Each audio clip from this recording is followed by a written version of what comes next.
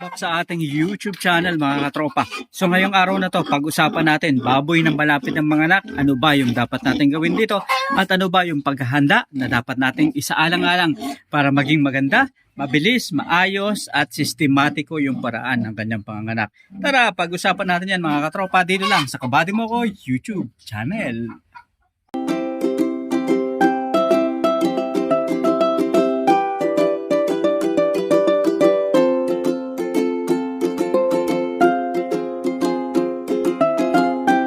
Tropes. Ayan. So ito yung baboy na malapit ng mga anak. Kasi nga ito ay pinabulugan halos sa 3 months mahigit. 3 months, 3 weeks na yung nakakaraan. Dapat ang baboy nanganganak sa loob ng 3 months, 3 weeks, and 3 days. O yung tinatawag na 114 days na pagbubuntis ng mga alagang baboy. Eto, tanong natin, paano nga ba natin magagawa na maging maganda, maayos, mabilis, at sistematiko yung paraan ng panganganak ng ating mga alagang baboy? So, himay-himayin natin mga katropa. Mga katropa, puntahan muna natin, silipin muna natin yung loob nitong ating baboy. Ayan.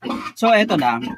Ang baboy, mapapansin natin na malapit na siyang manganak, few days na lang, kapag ito, ibig sabihin, parang mukhang naglandi ulit, ano? Ibig sabihin, namamaga ang ari ng baboy. 2 days to 3 days bago ito manganak, o minsan 4 days bago manganak, namamaga na yan. At biglang kukupos yan. Kapag nakita natin na kumupos na ito at nagbalik na sa normal, doon natin makikita at matitiyak na talagang manganganak na yung ating baboy. Mag-i-start na siyang mag-labor. Mga senyales na malapit ng manganak ang mga alagang baboy ay kapag ganito na. Ibig sabihin kapag ganito na, yung papakupos na siya, so maghanda-handa na tayo. Ibig sabihin hinahanda lang nito yung mga alagang baboy para at least maging maayos yung panganganak at mag-stretch. Mabilis na lumabas yung mga piglet sa ari nito. At ito naman guys, mapapansin natin yung mga dede nito, laylay na rin. At mga ilang araw pa bago ito manganak, o sa araw ng panganganak mismo, kapag pinisil natin ito, may makikita na tayo na mga gatas sa inahing baboy. So subukan nating pisilin guys. So ito wala pa. So ibig sabihin hindi pa. Pero mapapansin natin yan guys kapag yung baboy is malapit ng manganak, kapag lumaylay na yung dede niya at kapag pinisil natin may gatas na lumalabas. Isa rin sa mga senyales sa araw ng panganganak ng mga alagang baboy ay yung pagiging balisa ng mga baboy na alaga. Sabihin nito, bago manganak ang baboy is mapapansin nyo, magiging balisa siya na para bang gusto niyang magkayod ng lupa. Ito yung mga senyales na makikita natin, physical at saka pag-uugali ng baboy na makikita natin kung malapit na itong manganak. Ito, paano ba natin malalaman na yun na yung oras ng panganganak? Kapag naging balisa na yung baboy, ibig sabihin, naku maganda-handa na tayo dahil oras na lang yung bibilangin yan.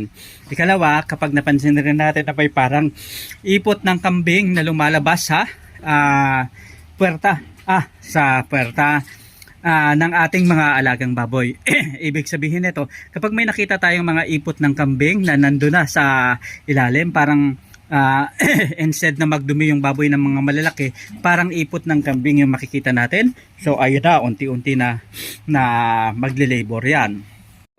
Kapag pinilang natin ng 114 days yung pagbubuntis ng baboy, dapat nagtuturok na rin tayo doon sa araw o oras o panahon na bago mag-labor ang ating alagang baboy. At least 1 day, nagtuturok na tayo guys ng vitamin B complex at saka yung antibacterial. Ito ay para at least maging handa yung ating inahin na makarecover kaagad sa stress na dulot ng panganganak at makarecover, magkaroon ng extra energy. Ganun na rin antibacterial para hindi sila guys matetano at hindi sila dapuan ng mga sakit. Ayan. So makakatulong ito sa ating baboy para at least makarecover kaagad. Isa sa pinaka-importanting bagay na dapat natin gawin is yung huwag pakainin yung ating mga alagang baboy sa araw ng panganganak nito. Kung pakakainin man natin, konting-konti lang, enough lang para at least may kain sila. Kasi ito ay magdudulot ng pagkahingal ng ating mga alagang baboy sa oras ng panganganak. At kapag hiningal ang ating baboy, may hirapan siyang manganak. So mga ilang linggo bago manganak ang ating mga alagang baboy, dapat napurga rin natin para at least maging maganda, matiyak natin na maging ligtas ang mga ligtas at healthy ang mga alagang piglets. So etong mga ganitong klase ng baboy guys, kung nakikita na natin yung senyales na mga katulad nyon, yung paglaylay ng mga dede, pamabaga ng ari, ito ay mga senyales na malapit na talaga etong mga anak. Araw na lang o maaaring ilang oras ay maaari na rin itong mga anak kapag nagkataon. At sa ganitong sistema talaga ito yung inaasahan ng mga magbububoy, dahil dito sila makakabawi sa lahat ng mga gastos na binigay nila sa pagbababoy. Ang pag-aalaga kasi ng baboy ay talaga namang napakagastos, napakamahal ng maintenance ng pag-aalaga ng baboy, dahil hindi naman lino o tira-tirang pagkain na ang pinapakain sa mga alagang baboy, kundi normal na feeds na. At para sa atin, mas magiging healthy ang mga alagang baboy kung tama yung diet na pinapakain natin. Guys, sa ika-111 days, bago mag 114 days, ibig sabihin 3 days, 4 days bago manganak ang ating mga alagang baboy, tiyakin natin na nag-i-start na tayong paunti-unting binabawasan ang pakain dito. Kung dating nagti 3 kilos, 4 kilos, 5 kilos ang pinapakain natin, unti-unti na nating bawasan ng 1 kilo. Kung sa ika-111 days is 3 kilos, sa ika-112 is 2 kilos or 2.5 kilos, sa ika-113 is 1 kilo na lang, at sa oras o araw ng panganganak, kailangan konting-konti na lang yung pakain natin. Pwedeng hindi na natin pakainin o pwedeng half kilo na lang sa maghapon hanggang sa ito ay makapanganak. Ito ay makakatulong para makaiwas sa hingal ng baboy. Ito yung normal na nagiging problema, nagiging concern ng mga magbababoy every time na nanganganak yung baboy nila. Maraming nagtatanong tayo mga katropa, bakit hinihingal yung aking mga alagang baboy? Yung parang pagod na pagod, hindi naman na after manganak. So ito yung isang bagay na nagiging dahilan ng pagkahingal nila. At kapag nangyari yun, talagang medyo maapektuhan yung pag-recover ng ating mga alagang baboy, which is ayaw nating mangyari. Kapag ganito na nakita na natin yung mga senyales na malapit ng manganak ang ating mga alagang baboy, ay tiyakin natin handa tayo sa kanilang panganganak. Importante na ihanda na natin yung mga gamit na kakailanganin natin kapag nanganak ang ating mga alagang baboy. Tiyakin natin na meron tayong wastong ilaw, wastong tubig na kailangan ng ating mga alagang baboy sa paglilinis sa kanila. Make sure lang na wag nating babasain yung mga piglets, dahil lalamigin ito at maaari silang mamatay. Kaya importante na alam natin kung ano yung gagawin.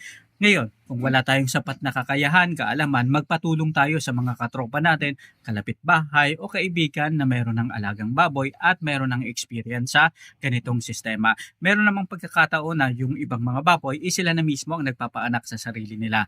Kapag meron tayong baboy na gano'n, mas maganda. Pero mas makakatulong sa ating mga baboy at sa atin na ring mga magbaboy para maging kampante tayo kung tayo mismo nandun at present habang nanganganak ang ating mga alagang baboy. Ito sa lahat-lahat ng mga magbabuoy na katulad nito, no. So kapag ang baboy natin malapit ng mga anak, talagang happy yung mga magbababoy at tuwang-tuwa. Kasi syempre yan yung fruit of labor nila and hard work, 'di ba? At syempre, fruit na rin ang gastusan na galing sa matinding gastusan na galing sa bulsa. Syempre, pag-iipon, pinag-iipunan yan, pinagsikapan at talagang pinagtipiran niya ng mga magbababoy. So, kudos. Ayan, maraming salamat sa pagsama sa atin ngayong araw na to. Kwentuhan na naman mga katropa. Hanggang sa muli, ito po si Kabady mo ko, basta usapang negosyong babayan. Asenso sa negosyong babayan, Kabady mo ko yan. Sama-sama tayong matutong magnegosyo at umasenso. Hanggang sa muli, paalam.